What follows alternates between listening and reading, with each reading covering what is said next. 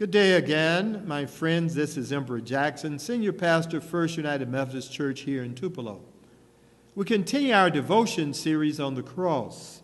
I'd like to ask that we might bow our heads for a moment of prayer. God of our silent years, God of our weary years, God who has brought us thus far, be with me now as I prepare to uplift words of hope, reconciliation, and forgiveness for these, your people. Open me up to be able to be used by you to say something to help them along life's journey. This I ask in thy name. Amen. We continue our devotion series on the meaning of the cross.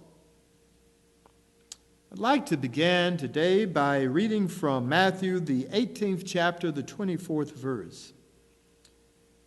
I'd like to begin by reading from Mark, the 15th chapter, the 30th verse. Mark 15:30. I apologize. Mark 15:30. Hear now these words. This is one of the thieves that's on the left side of Jesus, and he's saying these words. Save yourself and come down from the cross. Save yourself and come down from the cross. These words were said by the thief who wanted Jesus to save him and the other criminal.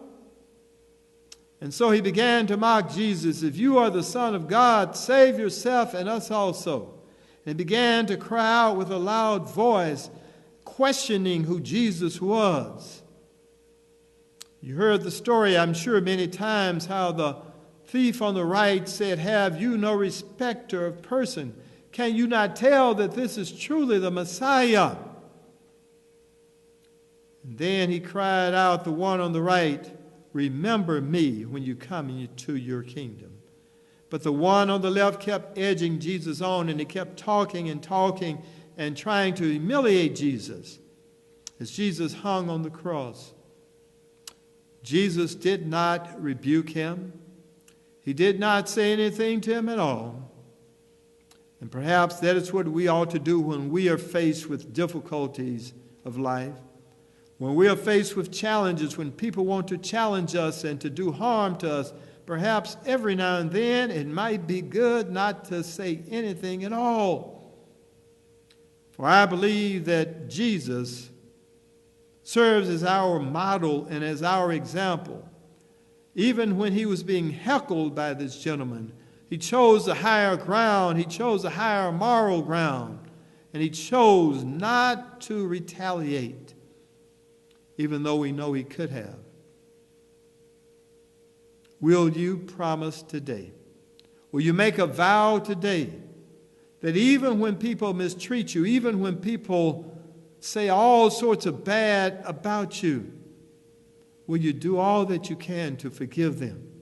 Will you do all that you can to fulfill your calling? Will you do all that you can, even though you're carrying a cross, to know that you're following the example of Jesus Christ when he carried his cross? Let us leave this place today, even when we're being heckled by come on down and save yourself. Remind us that Jesus is able to save us all. Amen, amen, and amen.